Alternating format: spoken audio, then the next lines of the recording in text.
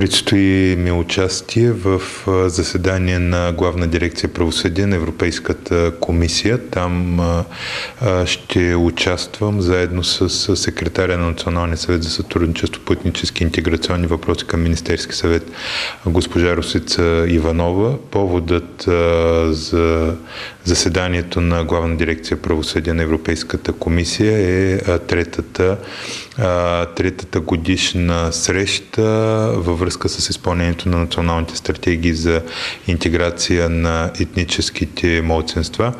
В тази връзка Главна дирекция правосъдие на Европейската комисия, Националния съвет за сътрудничество по етнически и интеграционни въпроси са номинирали община Тунджа за участие предвид наградата, която миналата година Европейската комисия присъди на общината в категорията добри интеграционни политики в областта на образованието. Припомням само, че в предходната година като представител на държавата, заедно с госпожа Мицова от Министерството на образованието, участвах също и в форум на Главна дирекция образование на Европейската комисия, който форум също имаше подобна насоченост. Той бе посветен на проблема с ранното напускане на ученици в задължителна училищна възраст и прилагането на ефективни, ефикасни модели и механизми за това.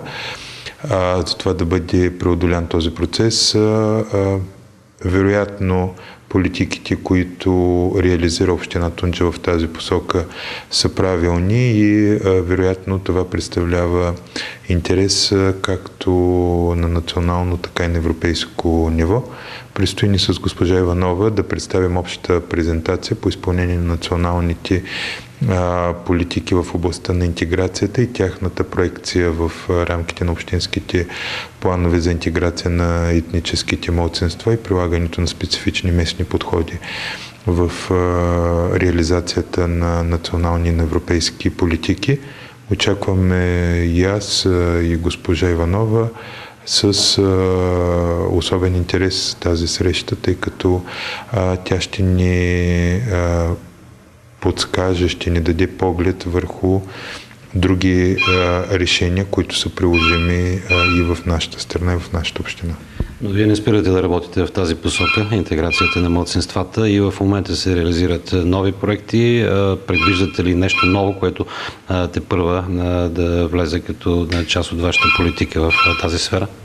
Конкретно в областта на образователната интеграция, сега на 16 септември е подписан договорът за финансиране на поредния ни проект, който е финансиран от дирекция структурни фондове на Министерството на образованието по оперативна програма развитие на човешките ресурси. По този проект, който на стойност 206 хиляди лева, ще реализираме допълнителни социализиращи дейности за децата на 3 и 4 годишна възраст и допълнителни дейности за повишаване на училищната готовност за децата в задължителна предучилищна възраст на 5 и 6 години, които принадлежат към семейства в риск и по-специално семейства от ромски етнически произход. Това, което правим до момента, има наистина изключително добър ефект, както по отношение на социализацията на децата, така и по отношение на приобщаването на техните семейства. Сега разработваме нов проект по норвежката програма по компонента деца в риск, който е на стойност, индикативна стойност около 500 хиляди лева, чрез който ще въведем допълнителни дейности с подобна насоченост и ще подобрим материалната база на нашите детски учебни заведения.